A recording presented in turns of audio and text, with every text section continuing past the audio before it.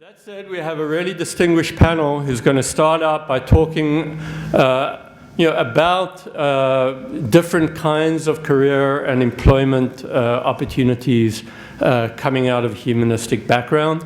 And then in the second half of the conversation, thinking about their own career trajectories in relation to what they've discussed in the first half of the panel this morning.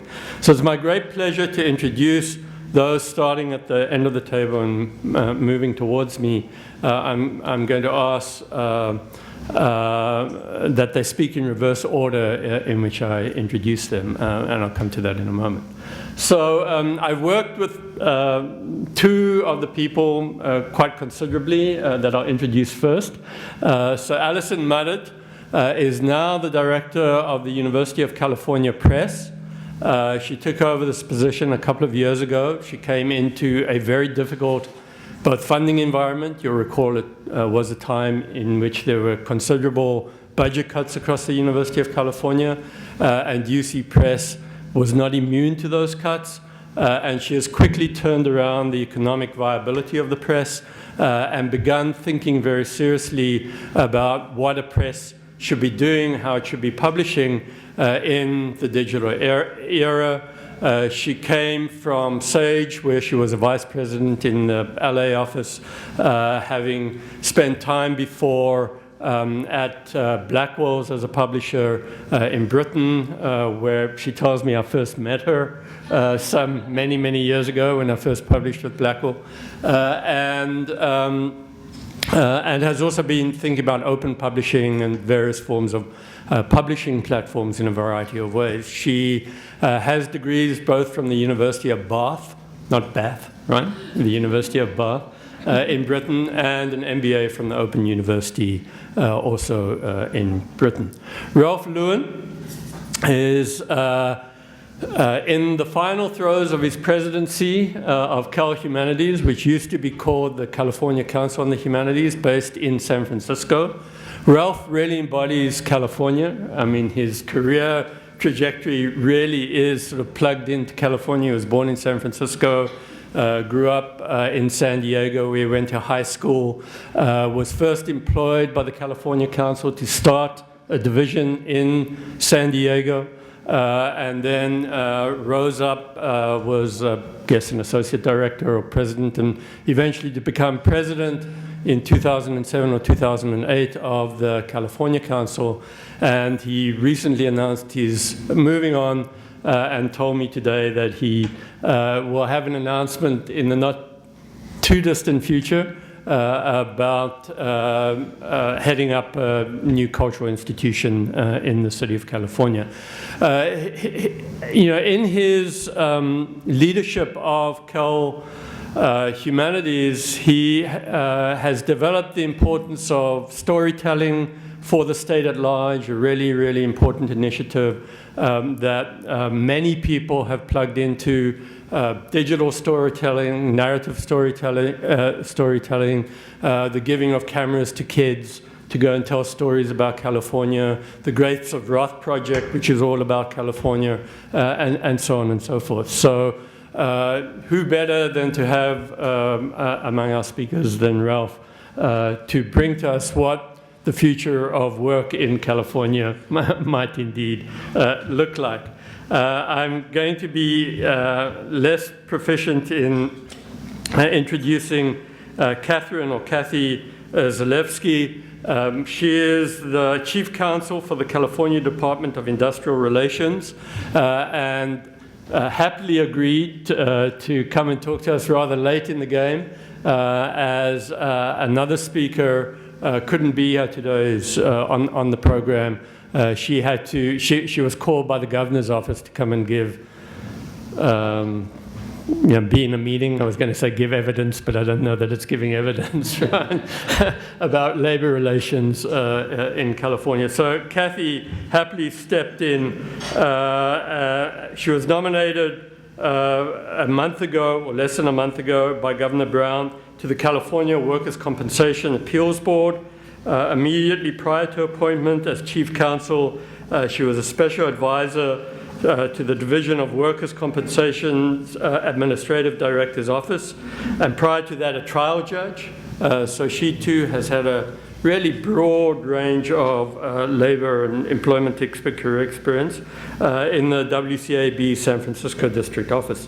She received a BA from the University of California, Berkeley, so she's one of us. In 1983, and her JD from Hastings Law School, again, a UC product.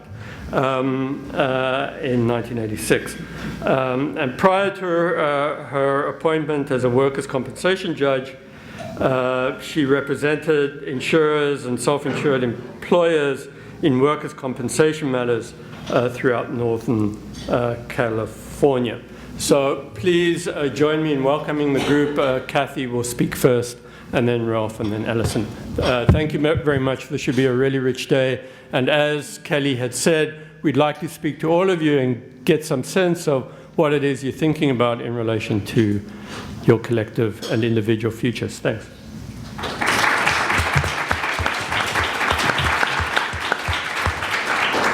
Good morning. Thank you for the opportunity to be here. Excuse me.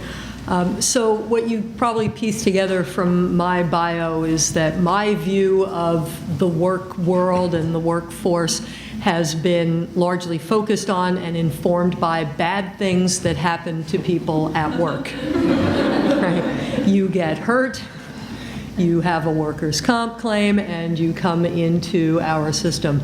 The Department of Industrial Relations, though, does a little more than just dealing with broken or damaged employees.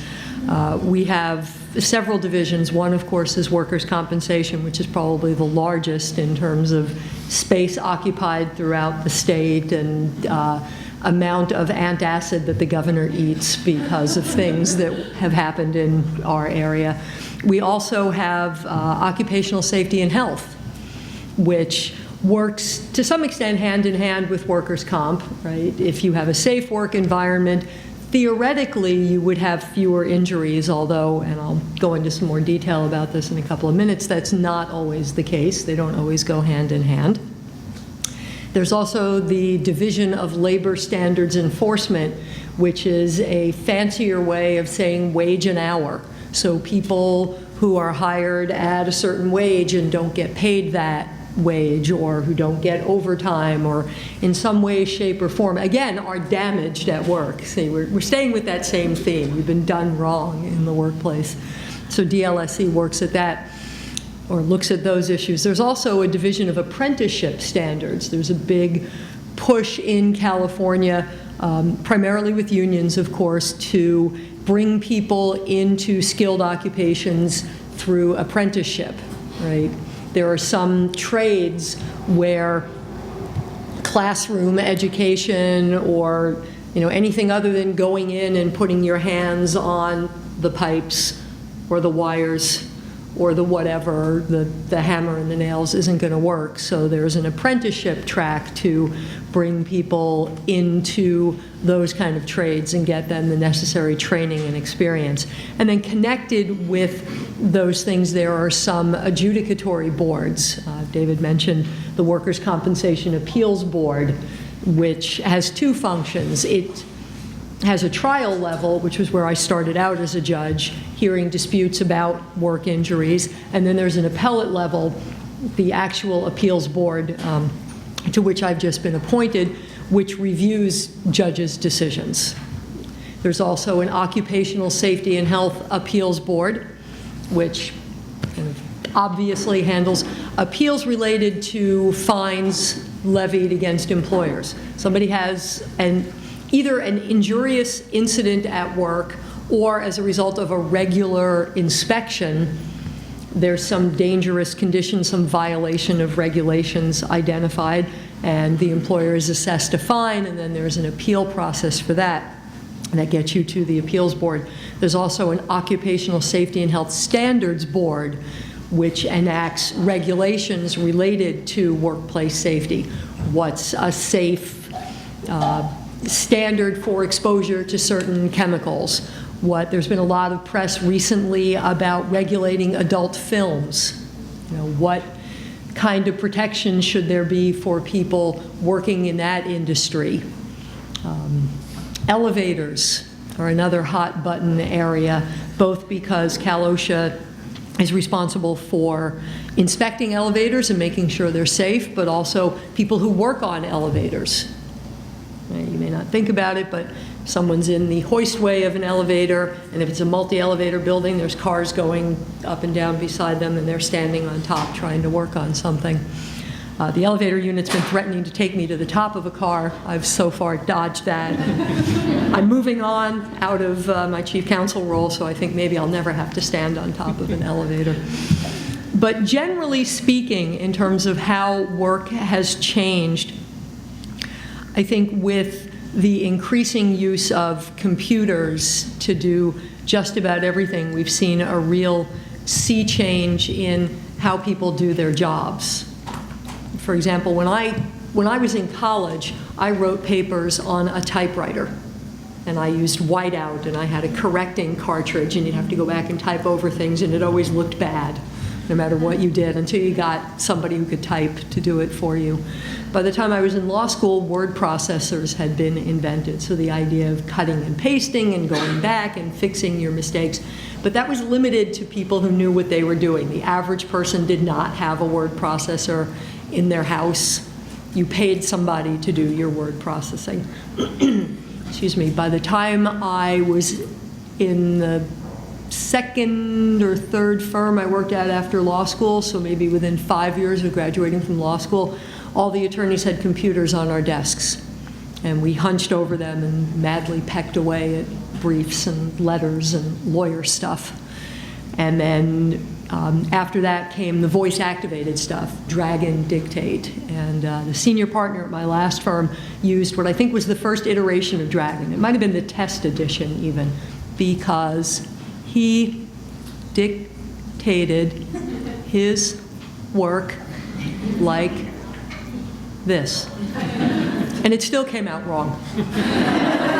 We'd have contests to see what he meant. Someone would read out what Dragon thought it was, and we'd try to extrapolate the real words. So things have changed a lot, and I think, again, putting on the hat of how people get hurt at work and how safety comes into play, data collected by Cal OSHA shows that between 2001 and 2012, the numbers of workplace injuries reported by employers, public, private sector, throughout California has dropped considerably.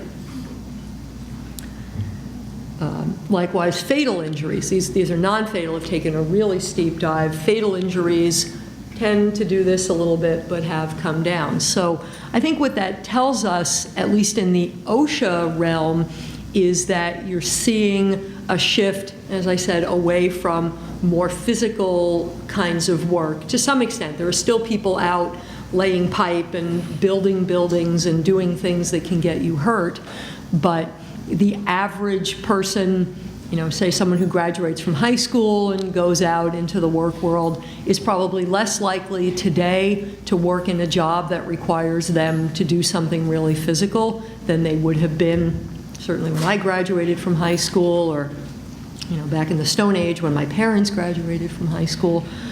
So things have shifted that way. So you see fewer reported injuries, and also advancements in safety. Things that used to have to be done by hand, somebody hammering something into a wall or a rock or something that could splinter and cause an injury. There's now machinery that does it, and you're able to protect people a little bit better. But as I said a couple of minutes ago, that doesn't necessarily translate to fewer claims of work injuries. How people get hurt at work has changed, though. People used to get hurt at work because something fell on them, or they picked something up and hurt their back, or something ran into them. The traditional things you think of as an accident. What we see more of now are cumulative injuries. So over the course of time, I mentioned hunching over the computer and pecking away madly. Well, that puts strain on your neck, your back, your hands, your wrists, all kinds of parts. And over time, that wear and tear damages people. And in California, we have a fairly liberal system that allows for people to make these claims. We call it cumulative trauma. And years ago when I was in practice, I saw a claim form filled out by an injured worker who called it cumulative drama, which I think may be a little more accurate depiction of it. So over time now, what we see is the wear and tear of the kinds of work that people do, staring at computer screens in fixed posture, maybe hunched over, working under a deadline, you know, those kind of physical stresses that don't have that moment of injury. But you wake up one morning and you say, ow, my fill in the blank hurts, and you notice it's getting worse, and that becomes a compensable injury within the workers' comp realm. Those kind of things, though, don't get reported to Cal OSHA. So when you hear, you know, some industry group or the Chamber of Commerce or someone talking about how we've reduced injuries, we're making workplaces safer, those are all true, but that doesn't necessarily, as I said, translate to people not being hurt or physically adversely affected by their jobs. So that's kind of an interesting disconnect, and I think it speaks really, again, to how work has changed, that you have people doing things that won't kill them immediately, or that won't, as I said, show damage immediately because they're not picking things up. And the nature of cumulative injury has changed. When I started practicing, the most common cumulative injury was asbestos related. And so I started practicing in late 1986, early 1987. So at that time, there were still guys, mostly guys, who had worked in shipyards and other areas like that during World War II, where they were just slathering asbestos onto everything. And I sat in depositions with guys who talked about their job like it was in a snow globe. You know, like somebody picked it up and shook it. There was all this white stuff in the air, and it stuck to your clothes, and it got in your hair, and you breathed it in and out every day. But it took 20 to 40 years for these folks to start having symptoms because of latency periods. Same kind of thing we're seeing today, though. Think about the sports injury stuff that's been all in the paper, right? Athletes play a game, football gets a lot of attention, but soccer, right? Use your head in soccer virtually constantly. And over time, you have concussions. Maybe you know you had one, maybe you don't, and now you're 20, 30, however many years removed from your playing career, and all of a sudden those symptoms are manifesting. So again, changes in how people get hurt, but the mechanism, what happens in your body, doesn't really change. We see significantly fewer asbestos-related claims. We still see them. You know, there's asbestos in brakes and cars. So that shifted. Now we see more auto mechanics or people who worked in building construction with those kind of claims. But different kinds of chemical exposures become issues. Things that are being invented today are going to come into play in terms of hazardous exposure standards 10 or 20 years from now. And they'll start probably in the OSHA field, because somebody will have an overexposure to something, or somebody will start studying as, you know, what the safe level of exposure is, and then it will bleed over into things like workers' comp. I don't know that I have a lot else to say other than stay safe when you work. Thank you. I think what we've been hearing here, the sort of hidden ecologies of labor. I was thinking, well, no wonder I wake up every morning with sore shoulders. But thank you. It also opens up sort of how one thinks about the workplace in a variety of different ways. Rolf. Great, thanks, David, and thanks to you and Kelly for organizing today. And I received the invitation from David and Kelly a few months ago, and in the invitation they said, We want to address the evolving nature of work in our contemporary moment and the transformation of the culture and environments of our work. And I thought, well, I'm not so sure how much I have to say about this. And then about a few weeks later, I decided that I would leave my post as president of Cal Humanities, and I thought, I might have a little bit to say about the evolving nature of work as I enter the search for a new job. And that was, it's been an interesting journey the last few months. It began with, some headhunters contacted me and wanted to talk. And one of the headhunters, after looking at my resume, he said, well, you've been involved with the humanities. I have no idea what the hell the humanities are, and I just don't know, do you have a place in academia? You don't quite have the deep research that's necessary for academia, and in the nonprofit world, people aren't quite sure what the humanities are, and so I'm not sure where you'll fit there. I thought, boy, that's a great conversation. This is a great start for a search. But luckily, there are others who felt differently, and as David said, I'll be announcing in a few weeks a new position I'll be starting in San Francisco in September, which I'm delighted about. And so Kathy was very eloquent about the changing nature of the workforce, how we move from manufacturing to a knowledge-based economy, how work is now more global, the impact of information technology, those things, I think, all lend themselves to the humanities. David talked about cultural literacy, critical thinking, the ability to ask questions, and maybe just as fundamental, the ability to write. I mean, these are the things that people are really looking for today, and perhaps have even more importance than they did, 50 years ago.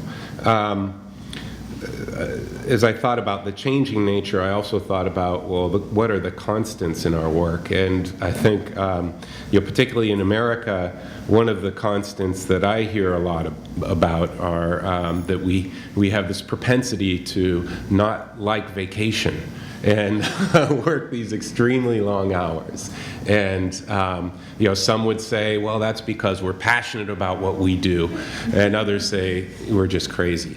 So I'm not sure where you'll land in your career, but as I thought about today, I wanted to talk a little bit about the evolving nature of work as it relates to humanities grad students. And David touched a little bit about this when touched on this when he talked about should grad students write dissertations and that kind of thing.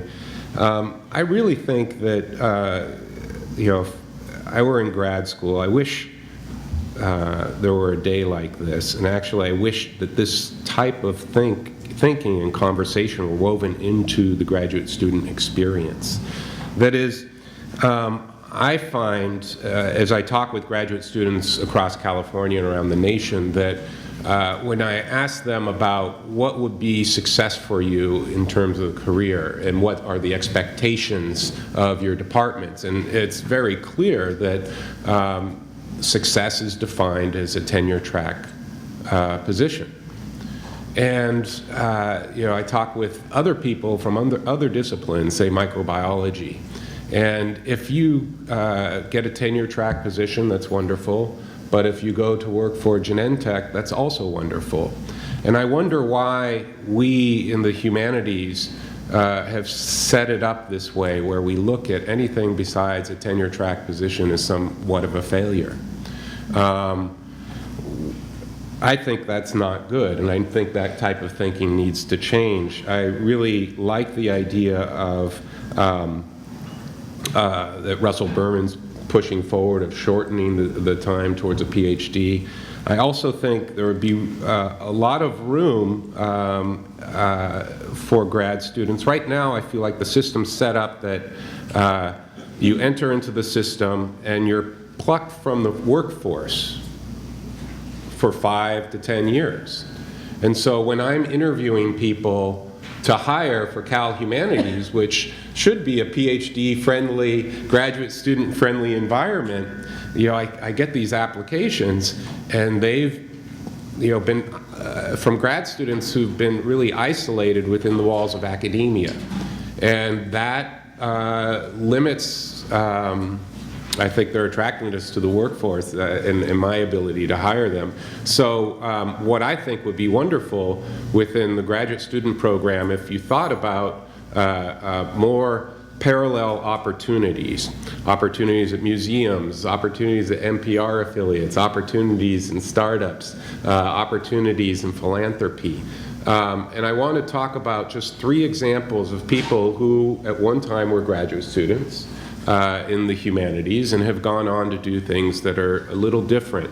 The first person I wanted to mention is a person I got to know through the work of Cal Humanities, and I eventually recruited to be on the board, Damon Horowitz. And Damon, he went to Columbia as an undergraduate, took courses in philosophy, and became extremely frustrated with his perception that we as humans have not made progress on the large questions that face us. What is love?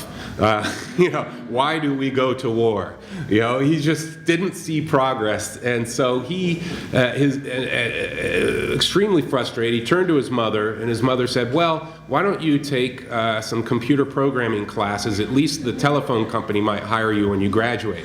And so he took some computer programming classes, fell in love with computer programming, the idea that you could fell in love with artificial intelligence, actually, the idea that you could get this inanimate object to kind of think. And he kind of went after the holy grail of thinking that perhaps AI could replace human intelligence at some point. And he went on to MIT and really got involved, and he started a few companies and was very successful in this area, sold those companies, made quite a bit of money, but then became very disillusioned because he realized that there is no way that AI work can replace human intelligence. And so he went back and got a PhD in philosophy from Stanford, which he is extremely proud of. In the course of doing this, he's just one of these people you meet and you kind of say, "Really? You did?" In the course of his PhD work, he started another company that he sold to Google, and he and he became their in-house philosopher. And so Google hired him partly because of this company he started, but also because they wanted someone to help them think about what Google would become in 10 years. And who better than a philosopher who could ask those kinds of big questions?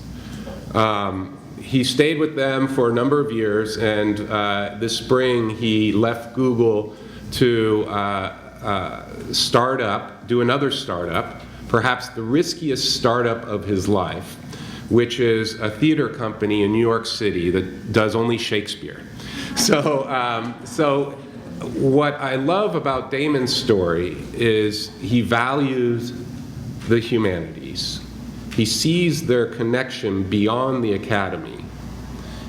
He was bold enough to try something different, and he was rewarded. He had failures along the way, but as I think about advice for grad students, I think there's really something to be said to take risk and be bold. It sounds a little cliche, but I know, when I was in grad school, that wasn't necessarily rewarded. So to take some time off, try something a little different, I think it's really worthwhile and will really set you up for some kind of success, a success that's really connected to your passions, if your passions lay outside of the tenure track position. 2 quick examples. Another person, and I just throw these out there just to get you thinking about other ways of working outside of the academy. Julie Apsey, she received her PhD in ethics and religion, and she is now the Vice President of Research and Evaluation for the Marin Community Foundation here. And so she went on after and during her PhD, she worked for a center and became really proficient in writing grants, and really started and was encouraged to get involved with philanthropy, and now she's the #2 person at one of the wealthiest foundations in the community foundations in the country. The other person is Jim Humes. Jim Humes studied Greek mythology, and today Greek mythology, obviously, you're thinking about story, right? And he's a wonderful writer. He's a short story writer as well, award-winning. He went on, today he's a consultant to Coca-Cola and to eBay and to startups in helping them to tell their stories. So he goes into a company, asks them humanities-based questions about their story, and helps them articulate what that story is. Basic humanities exercise. Use those critical thinking skills, really valuable. Ask those questions. Think about what your own story is beyond academia.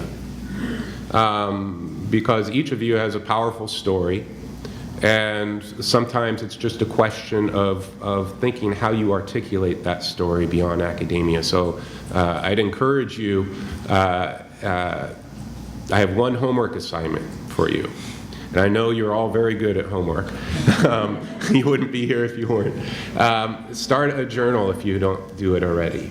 And in that journal, write about who you are and what you value, what's important to you.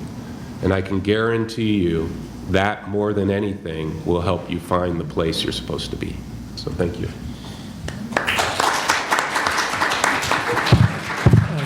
So before handing over to Alison, I just want to stress sort of one of the larger points that Ralph is driving at, and that is the relation between, the likelihood today of anyone having a single career trajectory where you start, right, when you're 18, go to college, get a degree in an area, maybe get an advanced degree, get a job and stay in that job for the rest of your life is less and less likely, right? The likelihood is that you're going to have multiple positions in multiple areas increasingly over time.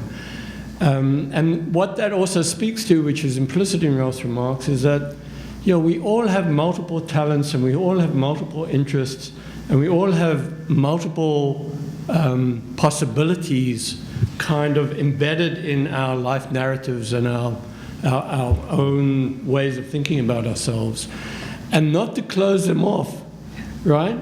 In insisting, excuse me, not to close them off in insisting that this is the one thing you're going to do and this is what you're going to do for the rest of your life, because it's likely that even if you do it, you're going to get frustrated and bored somewhere along the way. Right? So, having said that, Alison will speak to us.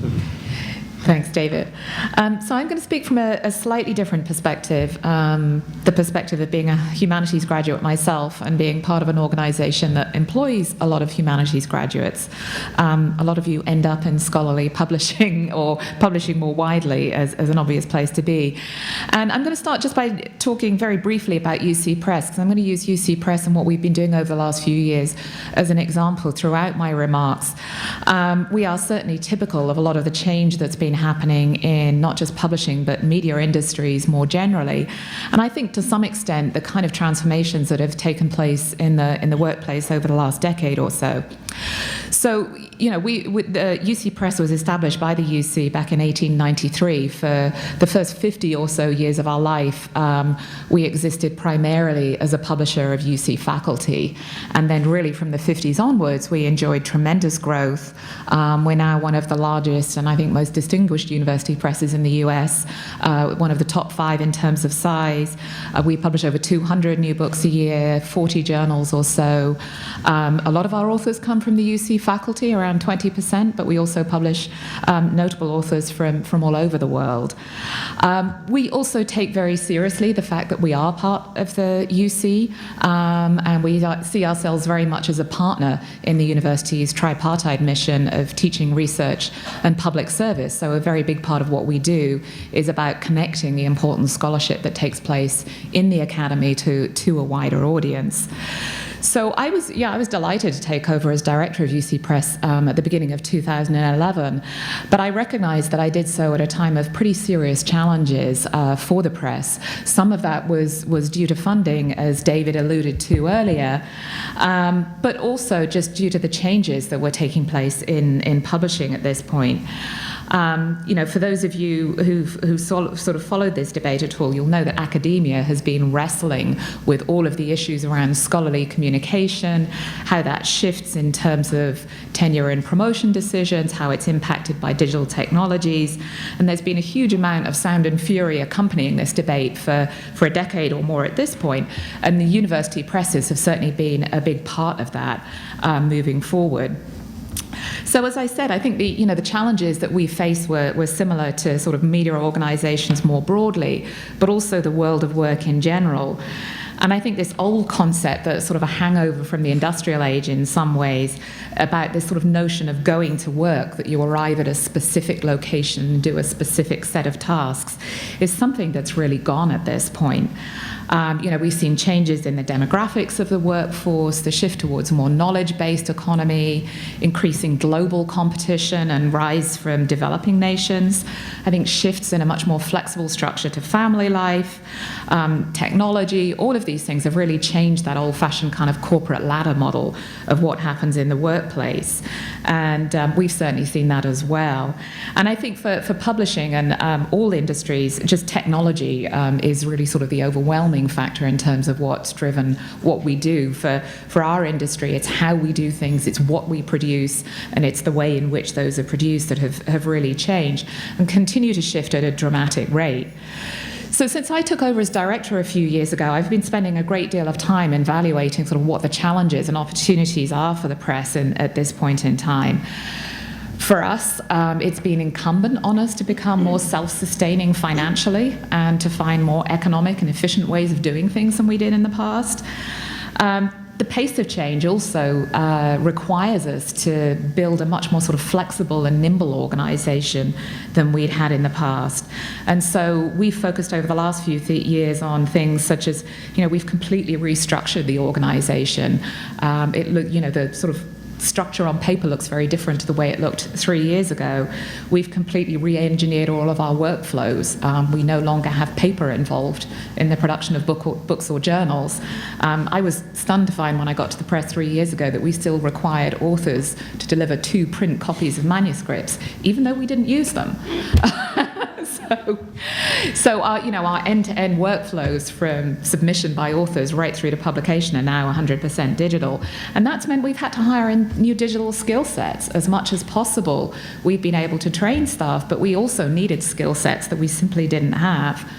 The other thing, and I'll talk about this a little bit later, digital publishing and digital product development is very different to working in print, and it requires much more of an engagement with end users, the people who actually use our products, than it did in the past.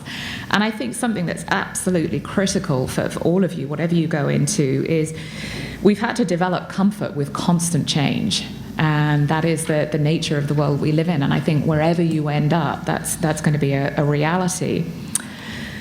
So I was going to talk a little bit about how this has changed the positions that we have at the press, and in particular how it's changed what we're looking for in our staff moving forward. It's really, I think, initially meant a shift in mindset for all of us. My career in scholarly publishing started 25 years ago. And, like a lot of humanities graduates who somewhat accidentally ended up in publishing, I was there initially because of a passion for the content that we published. But, I would say within a decade or so of joining the industry, it became really clear that if I wanted a lifelong career in publishing, I needed to not only accept and understand the technology, but to really embrace it and think about, how it really fundamentally changed what we were doing going forward. So I think that's a real shift for anybody moving into the industry. This sort of old paradigm that you had in the print world of a one-way sort of push of content that we created that was somehow sort of pushed out into the world and took on a life of its own no longer exists. Readers are no longer passive recipients of what we publish. And so we as publishers have to think about things like how we attract and retain user attention.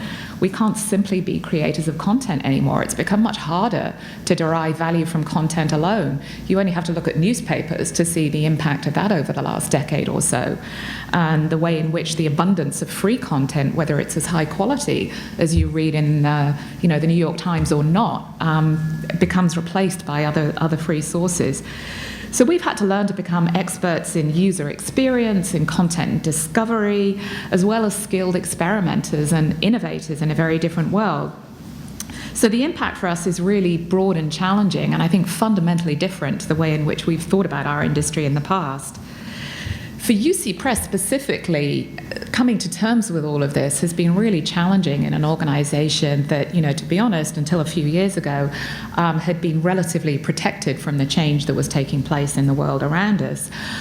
We had many employees, particularly some of the longer tenured employees, who I think for at least the first year I was there were waiting for change to be done with and things to go back to normal. And I think, those who were unable to adjust have moved on. And I think those who are there are now sort of accepted and understood, and I think increasingly are feeling energized by what that means for us. We spent a lot of time trying to engage with our employees through that process. We've done a lot, we were not an organization that spent a lot of time or money on employee development and training, and that's really shifted as we've tried to help our employees develop the skills and experience they need to succeed going forward. And I think equally importantly, we spent a lot of time training and developing our managers. It's really important that the leadership of the organization is able to sort of model the new skills and the new way of working that's important going forward. So we actually implemented a whole 12-month management development program last year that was a day a month for all of our managers and supervisors to help them develop those skills. And so we sort of really modeled the way in which we've done this on 3 core principles. The first of those is what we called fostering adaptation. And in other words, what we've been trying to do there is to really help our employees develop the new practices that are going to help them and the organization thrive in what's a very different world. I think one of the challenges there is at the same time we have to retain the best practices that make us successful doing what we're doing at the moment. And if you read any of the kind of management literature that's out there at the moment, you'll see this is a huge challenge for a lot of businesses in that, a lot of our revenue right now comes from a set of products and things we produce that over time are going to be replaced by these other things that we're working on over here. And you have to manage doing both of those things successfully at the same time. The second principle we called embracing disequilibrium. And what I mean by that is we've had to sort of keep this careful balance between trying to keep our staff in a state where they're uncomfortable enough to embrace change and to think about change, but not so much that we have people who are in a state of freezing or fleeing. And so I think it's finding that balance of, getting people to understand why we need to keep moving forward, but at the same time feeling confident enough in knowing how to do that. And then the third one, I talked about this a little just now, was about generating leadership. And we've started to think about that across all levels of the organization. So it's not just managers, but we really want all of our employees at whatever level they're at to feel that they have a role in leading and driving experimentation that will help us adapt as we move forward. So I think for our staff what it's meant is that they've had to reconcile themselves with ambiguity and feeling some degree of uncertainty about where we're going. The kind of products we're increasingly looking at developing beyond our traditional books and journals in the digital space are very different, and it's not a kind of work that can be done by simply coming in and sitting and focusing on your set of tasks all day. So one of the things we see across the press is a lot more interdepartmental, not just communication, but collaboration on projects. And I think, again, that's something that's true across the world of work. And the whole notion of sort of going to work and going to work in a specific location is shifting as people want more flexibility in choosing where and when to work. And, this is something that's been a challenge for us as an organization. We value what's important about the sort of the collective nature of an organization and people working together. At the same time, we've had to consider how we sort of balance and account for this demand for flexibility when we think about how we design the workspace. We're at a point where we want to attract and motivate and retain a different generation that wants more freedom to define how and when it does its work. And so that's something we've really had to try and take on board. So a lot of our work increasingly gets done in these ad hoc teams that come together around specific projects. Increasingly, they are also geographically distributed, so that's another challenge we have to take on board. We have a number of employees who work off-site at this point. Some are local, some are distributed across the US. Increasingly, a lot of our work is done in partnership with other organizations who may be on the other side of the continent. So thinking about how we get our work done in geographically diverse teams, as well as teams that are diverse in other ways, is important too. There's a lot that's positive about that. The variety of people we have coming together around any individual project gives a real sort of powerful, much more powerful insights about how we're thinking about what we're doing, how we think about what our users and readers need and want from us. But at the same time, there's sort of some challenges in how we set that up. And perhaps, the most recent transformation we've had has been moving to a very different physical space. Until 6 weeks ago, we were located just a couple of blocks away from here on Berkeley Way, in a building that the press had been in for over 30 years. We had been based in Berkeley since our founding. The UC was Berkeley back in those days.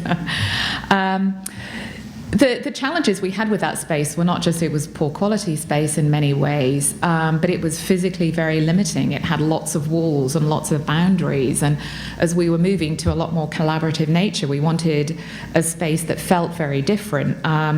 We recently moved to new space in Uptown Oakland. We're just sort of near the Whole Foods on the edge of Lake Merritt. One of the great things about it for employees is we have so much more natural light, where you have a whole floor on a building which is floor-to-ceiling windows all the way around. But the nice thing about the space was that it was just an empty shell, and so we were able to completely design it and have it built out for the way in which we do our work now.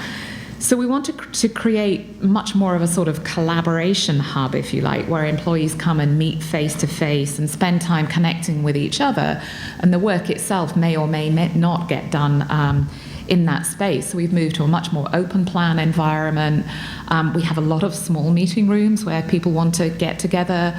We have a number of open working spaces. Some of it's benching space, some of it we have this wonderful window with a view out over the lake, and we've got big comfy sofas there, and if you walk past there, you'll see people sitting there with laptops working on their own or working on projects. And I think, even within 6 weeks, we've seen a huge benefit from that. I was saying to somebody just now, I see more people in one day than I saw in a week in our old office. And so the kind of conversations that happen in that environment and the connections are really different to sort of the old-fashioned sort of cube rat environment that we had back in Berkeley Way. So I think just in summary, I'd say, I think, there've been some really, really dramatic changes that have taken place. And I think, the notions of flexibility and adaptation are absolutely central to all workplaces going forward, wherever you end up. There are times where that can be destabilizing and even a little frightening, I guess. But I think for those of you who sort of come up with a graduate education and really energized by those kind of challenges and creative problem solving, there are lots of great opportunities out there. Thank you.